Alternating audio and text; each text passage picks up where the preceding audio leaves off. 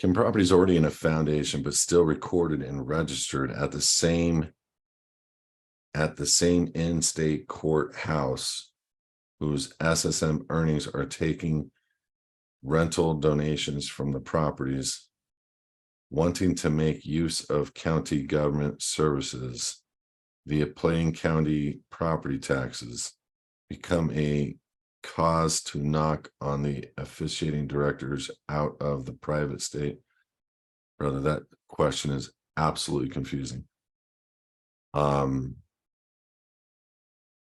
I think you're asking, because your foundation is recorded in the county recorder, the deed is recorded in the county recorder, and because you were still utilizing, meaning paying property taxes and utilizing the trash, water, whatever the county is offering for services for the tax, you are asking, is that cause for a knock from officiating directors out of the private state of the union jurisdiction?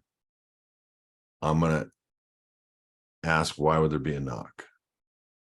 Why would there be an intrusion? Why would there be a question? Why would there be anything?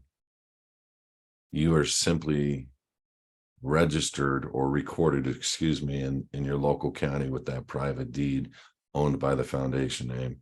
Even if you're utilizing the county for services, how is that jurisdiction over the foundation? Do you understand what I'm saying? There is none. And so that's why we teach you to do what we do. It's an element of, how do they know who to serve?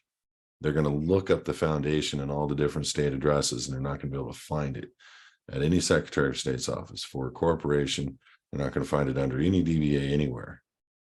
And that's just the bottom line. There are some things and elements that attorneys can do to be sneaky, but there's no, because of your style, all you did was record a deed how it should be recorded. That's it. Every deed prior to like 1967 was recorded this way. It's only been in the last 50 years that they've been trying to traverse people into a jurisdiction that is handing the property over to the state. Why HGR 192? The banks own everything, and they're trying to give you a semblance of ownership. And this is why they created the registration versus recordation. This is why GLO went to Bureau of Land Management. This is why all these things that people just don't understand. It's a new world order takeover of everything, and they have to show that they have jurisdiction over things. And a legal description is 100% jurisdiction. Doing anything with an FRN, Federal Reserve Notes, 100% jurisdiction. Those are elements that cause them to be able to be a party to a transaction. What we have done is completely stripped you from being a party to a transaction.